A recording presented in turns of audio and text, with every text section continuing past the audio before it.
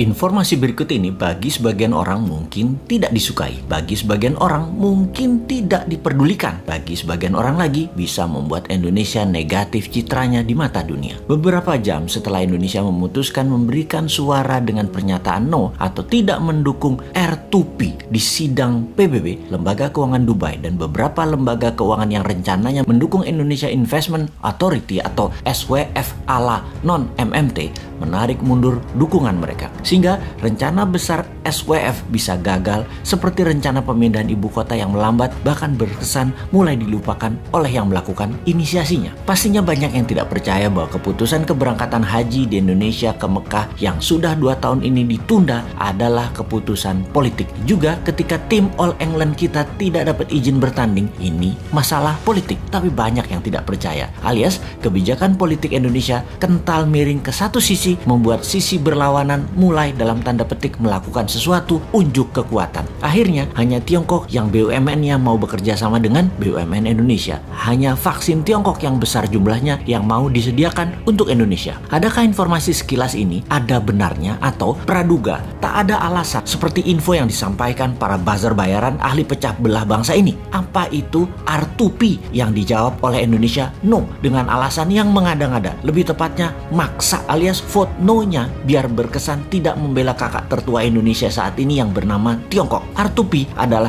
Resolusi Responsibility to Protect, yaitu Indonesia menolak untuk bertanggung jawab, melindungi, dan mencegah genosida, kejahatan perang, pembantaian etnis, dan kejahatan terhadap kemanusiaan. Kalau disederhanakan, Indonesia itu mendukung genocide, mendukung kejahatan perang, mendukung kejahatan etnis, dan mendukung kejahatan terhadap kemanusiaan. Namun, pinternya dibungkus dengan pernyataan resolusi itu salah prosedur, yang ketika ditanya prosedur mana atau apa prosedur yang benar versi pemerintah Indonesia, nggak bisa jawab juga. Sudahlah, Anda pejabat itu membela kejahatan perang karena harus satu kata sama dengan Tiongkok. Sudahlah, ngaku aja. Singkat cerita, R2P resolusinya dimenangkan yang vote yes atau yang mendukung, atau mereka anti kejahatan perang, anti kejahatan kemanusiaan, di mana Indonesia dengan memvote no, artinya Indonesia anti HAM. Indonesia bergabung dengan 15 negara yang vote no, seperti Tiongkok, Rusia, Kuba, Suriah, Korea Utara. Keputusan no ini melawan 115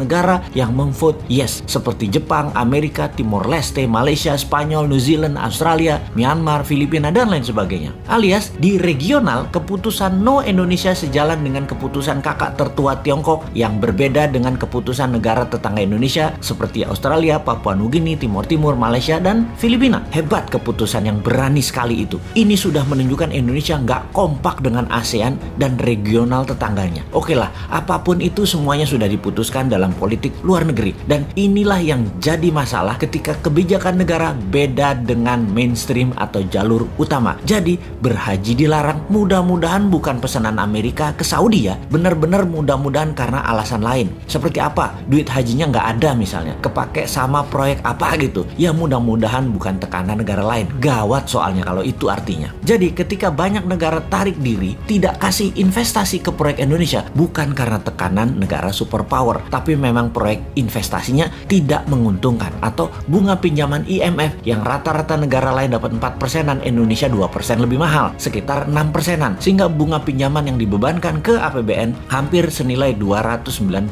triliun ini karena tingginya bunga pinjaman. Sekali lagi, bunga lebih tinggi bukan pesanan negara superpower, mudah-mudahan ya, karena Indonesia nggak menarik. Efek Indonesia menolak atau vote no Indonesia dalam UN Watch dimasukkan sebagai daftar negara memalukan atau list of shame country. Juga Amnesty International menyayangkan keputusan Indonesia ini, bahkan banyak yang menyarankan mending abstain sekalian ketimbang menolak no. Ya sudahlah, semoga semua selamat dan semoga tetap banyak yang tidak peduli dengan hal-hal seperti begini. Teruslah menjual diri untuk 2024 walau tanpa konsep bernegara. Silahkan membangun model populer dan terlihat suci. Toh rakyat sama seperti bosman ini, bodoh semua. Jadi wahai rakyat, tetaplah rebahan, tetaplah tidak peduli, tetaplah tidak bermanfaat, dan tetaplah menjadi beban APBN.